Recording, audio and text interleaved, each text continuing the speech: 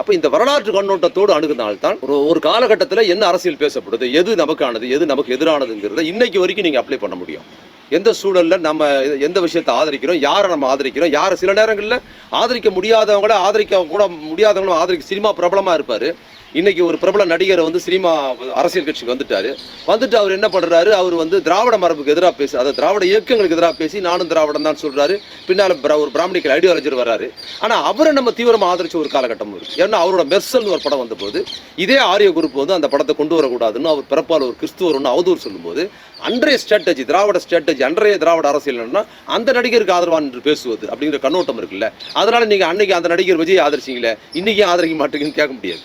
இந்த அரசியல் கண்ணோட்டம் ஆரியர்கள் என்ன மாதிரி அரசியல் பின்புலத்திலாம் வரார்களோ அதை புரிந்து கொண்டு அதற்கு எதிராக பேசுகிற ஒரு கான்செப்ட், ஒரு தத்துவார்த்த பின்புலம் தான் அந்த திராவிடம் என்பது. நீ ஒரு மார்க்சியம் என்பதை அந்தந்த சூழல்ல அந்தந்த பொலிட்டிக்கல் வேல்யூக்கு ஏற்ற மாதிரி பேசுவது தான் மார்க்சிய கண்ணோட்டம். தொழிலாளர்கள் கண்ணோட்டத்தில் பேசுவது, முதலாளித்துக்கு ஆதரவாக பேசுவது கூட ஒரு மார்க்சிய கண்ணோட்டம் தான்.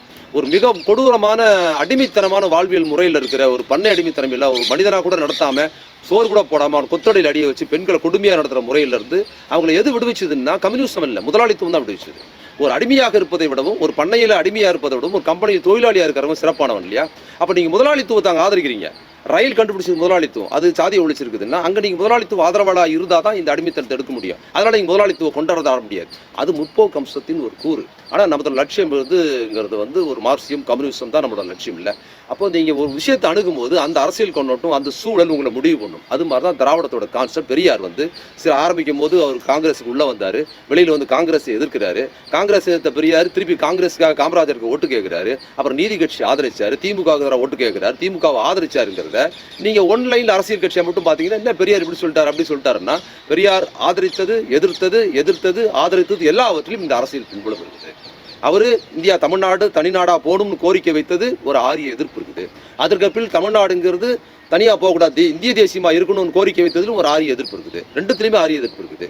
நீங்க சரியா சொல்லணும்னா தமிழ்நாடு தனியாக இருக்கிறது மட்டும் இல்ல, மூவேந்தர்களாக தனித்தனியா சிற்றரசலாக தனித்தனி பகுதியில் இருக்கும்போது இதை விட ஆரியம் செல்வாக்கு பெற்றிருந்தது. இன்னைக்கு இந்திய தேசியமாக இருக்கும்போது ஆரியம் எவ்வளவு செல்வாக்கு இருக்கிறதோ இதை விட பல மடங்கு மூவேந்தர காலத்தில் செல்வாக்கு பெற்றிருந்தது. சிற்றரசர்களாக தமிழர்கள் இருக்கும்போது ஆரியம் கடுமையான செல்வாக்குல இருந்தது. அப்ப தனி நாடா இருந்ததுன்னா தமிழருக்கு தனி நாடா இருந்தால் ஆரியம் இல்லாமல் இருக்கும்னு அங்க இதை விட செல்வாக்கா இருந்த காலகட்டத்திலிருந்து இன்னைக்கு ஆரியருக்கு எதிராக திராவிட கான்செப்ட் உள்ளவங்க படிச்சு வந்திருக்கிறாங்க.